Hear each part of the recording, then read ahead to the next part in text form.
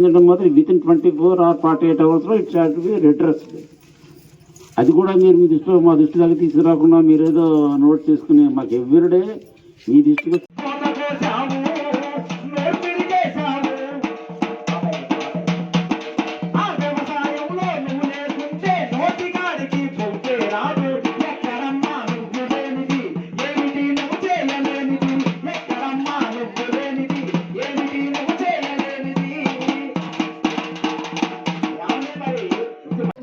ఈరోజు ఏదైతే కేంద్ర రాష్ట్ర ప్రభుత్వాలు పిలుపునిచ్చిన స్వచ్ఛతా హీ సేవా కార్యక్రమంలో భాగంగా ఈ నెల 17వ తారీఖు నుండి ప్రజలకి అవేర్నెస్ కల్పించడంలో భాగంగా మానవహార కార్యక్రమం ఒకటి నిర్వహించడం జరిగింది. అలాగే సఫారీ స్వచ్ఛతా కా సఫారీ కార్యక్రమంలో భాగంగా ఎవరైతే పాలకొండ పట్టణ ఆరోగ్యం కోసం శుభ్రత కోసం పనిచేస్తున్న కార్మికులు ఉన్నారో స్కావెంజర్స్, వాళ్ళ ఆరోగ్య పరిరక్షణ కూడా మన బాధ్యత అని ఈ ప్రభుత్వం భావించి వాళ్ళందరికీ అవసరమైన ఆరోగ్య చర్యలు ఏవైతే టెస్టులు ఉన్నాయో అలాంటి టెస్టులు నిన్న సుమారుగా 100 మంది కార్మికులకి చేసి వాళ్ళ ఆరోగ్యం పట్ల కూడా మనం బాధ్యత తీసుకోవడం నగర పంచాయతీ తరఫున జరిగింది. అలాగే ఈ కార్యక్రమంలో భాగంగా ఏదైతే 35 లక్షల 15th ఫైనాన్స్ ఆర్థిక సంఘం నిధులతో పాల్గొండ పరిశుభ్రంగా ఉంచాలని ఎప్పటి చేత అప్పుడే లిఫ్ట్ చేసే విధంగా కూడా మనం ఒక కాంపాక్టర్ కూడా తీసుకురావడం జరిగింది.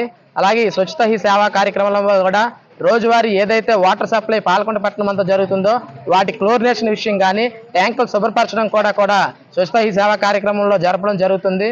అలాగే ఈరోజు ఏదైతే మంచి ప్రభుత్వం అనే కార్యక్రమం రాష్ట్ర ప్రభుత్వ పిలుపు మేరకు ఈరోజు ప్రతి వార్డుల్లోన గ్రామాల్లోనూ కూడా నాయకులు ఎమ్మెల్యే నిమ్మక జయకృష్ణ గారి ఆదేశాలతో అధికారులను వెంటబెట్టుకొని ప్రతి ఇంటికి కూడా వెళ్ళి ప్రభుత్వం ఈ 100 రోజుల్లో ఏం చేసింది, ప్రజలకి ఎలా పథకాలు కానీ అలాగే ఈరోజు పెన్షన్స్ కానీ అలాగే అన్నా క్యాంటీన్లు కానీ అలాగే రేపు చేయబోయే కార్యక్రమాలను కూడా ప్రతి ఇంటికి కూడా అధికారులతో పాటు వెళ్ళి వివరించడం జరుగుతుంది. ఈ విధంగా 100 రోజుల్లో ఉన్న ప్రణాళికల్ని రాబోయే రోజుల్లో ప్రభుత్వం చేయబోయే ప్రణాళికను కూడా వివరించడం జరుగుతుంది.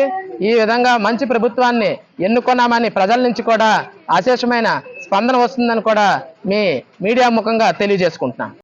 ఈరోజు గౌరవ ముఖ్యమంత్రి వారి ఆదేశాల మేరకు 2 రకాలైనటువంటి కార్యక్రమాలు మన పాలకొండ నగర పంచాయతీ పరిధిలో చేపట్టడం జరుగుతుంది. స్వచ్ఛతా హీ సేవ ఆంధ్రప్రదేశ్ స్వచ్ఛతా హీ సేవ కార్యక్రమం ఒకటి, తర్వాత ఇది మంచి ప్రభుత్వం ఒకటి. ఈ 2 కూడా చేపట్టాలని చెప్పి రాష్ట్రం ప్రభుత్వం నుంచి మనకు ఆదేశాలు వచ్చాయి.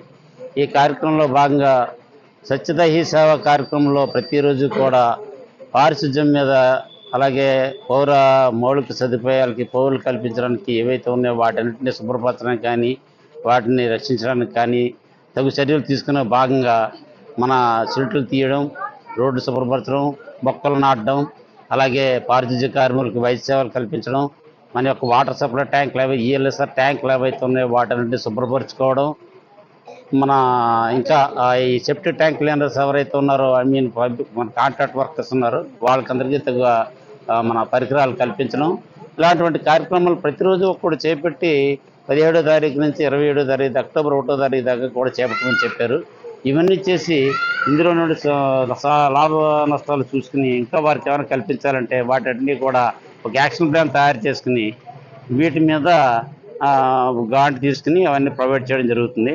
అలాగే ఈ ప్రభుత్వం వచ్చినటువంటి ఈ 100 రోజుల్లో కార్యక్రమంలో భాగంగా 100 రోజుల సందర్భంగా ఈ 100 రోజుల్లోనూ మన ప్రభుత్వం ఏవైనా చేసిందో అనేది కూడా ప్రజల్లోకి తీసుకెళ్లాలని చెప్పి ఏ విధంగా మన కుళాయిలు మంజూరు చేస్తున్నాం, ఏ విధంగా మనం పెన్షన్లు పెంపు చేసి ఇస్తున్నాము, ల్యాండ్ టైటిలింగ్ యాక్ట్ మీద ఏ విధమైన చర్యలు తీసుకుంటున్నాము, అలాగే ఒక విజన్ ఆంధ్ర స్వచ్ఛాంధ్ర విజన్ 2047 ఒక యాక్షన్ ప్లాన్ తయారు చేయడానికి గాను ప్రతి ఇంటికి వెళ్ళి వాళ్ళకి కొన్ని క్వశ్చన్లు అడిగి వాళ్ళ అభిప్రాయాలు తెలుసుకుని ఆ అభిప్రాయాల నుండి క్రోడీకరించి ఒక యాక్షన్ ప్లాన్ తయారు చేసి దాన్ని ఒక గ్రామ కమిటీ మన వార్డు సభలు పెట్టుకుని అందులో అప్రూవల్ పొంది గవర్నమెంట్ పంపితే వాటి రెండు ఆధారంగా రాబోయే 10 సంవత్సరాలు లేకపోతే 20 సంవత్సరాల్లో కూడా అంటే 2047 ఎందుకంటారంటే 1947 మన స్వాతంత్రం వచ్చింది, 2047కి 100 సంవత్సరాలు అవుతుంది. సో ఈ 100 సంవత్సరాలకి గాను 27 నుంచి 24 నుంచి మొదలెట్టుకుని 27 దాకా దఫాలుగా 5 సంవత్సరాలకు 10 సంవత్సరాలకు మనం ఏమేం చేయాలి ఎలా చేయాలని ఒక ప్రణాళికాబద్ధమైన రూపకల్పన చేయడం కానీ ప్రజలందరి యొక్క అభిప్రాయాలు తెలుసుకోవాల్సిన మంచి మన గవర్నమెంట్ నుంచి, ముఖ్యమంత్రి గారి నుంచి ఉద్దేశం వచ్చింది.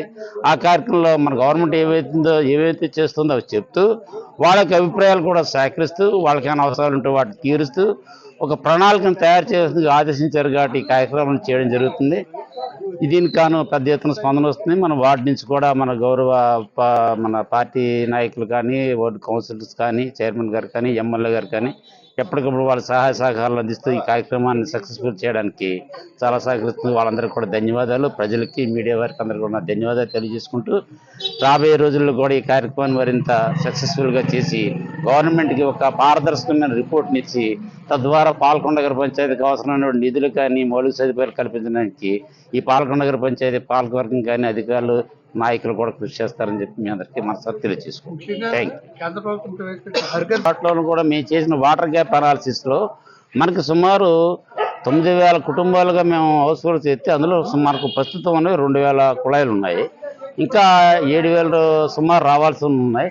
అయితే 7,000లో కూడా మనం సర్వే ప్రకారం ఫీజిబిలిటీ లేనివి, అంటే వాటర్ సప్లై సోర్స్ లేనివి, వాళ్ళ యొక్క ఆర్థిక పరిస్థితులు బాగాలేక వేసుకోలేనివి, ఇలాంటి కేటగిరీలుగా చూసాము.